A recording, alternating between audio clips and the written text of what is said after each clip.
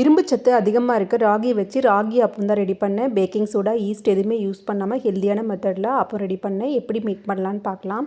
1 cup ragi எடுத்துக்கோங்க, முழு ராகி. இது கூட 1/2 கப் இட்லி அரிசி சேர்த்துக்கோங்க. அதுக்கப்புறம் 2 டேபிள் ஸ்பூன் உளுந்து எடுத்துக்கோங்க. நான் முழு உளுந்து எடுத்திருக்கேன். அதுக்கப்புறம் கொஞ்சம் வெந்தயம் சேர்த்துட்டு, ராகியில் கொஞ்சம் அழுக்கு இருக்கும். ஸோ 4 டைம்ஸ் நல்லா வாஷ் பண்ணிக்கலாம். வாஷ் பண்ணிட்டு ஒரு 8 ஹவர்ஸ் நல்லா தண்ணியில் ஊற வச்சுட்டு, அதுக்கப்புறம் நான் கொஞ்சம் தான் ஊற வச்சேன். ஸோ மிக்சிலே அரைச்சிடலான்னு சொல்லிட்டு மிக்சியில் சேர்த்துட்டேன். இது கூட ஒரு 3/4 கப் வடித்த சாதம், அதுக்கப்புறம் ஒரு 3/4 கப் தேங்காய் கட் பண்ணி சேர்த்துக்கிட்டேன்.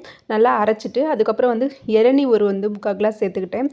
இளநீ கொஞ்சம் சேர்த்துனிங்கன்னா டேஸ்டியாகவும் இருக்கும், ரொம்ப சாஃப்டாகவும் வரும். அரைச்சிட்டு இது கூட நல்லா மிக்ஸ் பண்ணி வச்சுட்டு, அதுக்கப்புறம் கொஞ்சம் உப்பையும் சேர்த்து நல்லா கலந்து விட்டுட்டு, இதை ஒரு 7-8 மணி நேரம் நல்லா புளிக்க வச்சுருவோம். புளித்ததும் அதுக்கப்புறம் நீங்கள் ஆஸ் யூஷுவல் நல்லா மிக்ஸ் பண்ணி விட்டுட்டு, ஆப்பச்சட்டி அடுப்பில் வச்சுட்டு, அது நல்லா சூடானதுக்கப்புறம் நீங்கள் ஊற்றி உங்களுக்கு பிடிச்ச ஷேப்பில் இந்த மாதிரி நீங்கள் ஆப்பம் ரெடி பண்ணிக்கலாம். ஆப்பம் நிஜமாகவே ரொம்ப டேஸ்டியாகவும் இருந்துச்சு, சாஃப்டாகவும் இருந்துச்சு. உங்களுக்கு சுவையான ஆப்பம் ரெடி ஆகிடும். இதுக்கு சைடிஷ்ஷாக கொஞ்சம் பீட்ரூட்டும் அதுக்கப்புறம் பச்சை பட்டாணியும் சேர்த்து குருமா ரெடி பண்ணேன். அதை சைடிஷ்ஷாக வச்சு சாப்பிட்டேன். நீங்கள் தேங்காய் பாலில் வேறு எதாவது கூட வச்சு சாப்பிட்லாம். ரொம்ப ரொம்ப டேஸ்டியாகவும் இருந்துச்சு, ஹெல்த்தியும் கூட. இந்த மாதிரி ஹெல்த்தியான ரெசிபீஸ் ட்ரை பண்ணி பாருங்கள். உங்களுக்கு என்னோடய ரெசிபீஸ் பிடிச்சிருந்தால் லைக் பண்ணுங்கள், ஃபாலோ பண்ணுங்கள். தேங்க்யூ.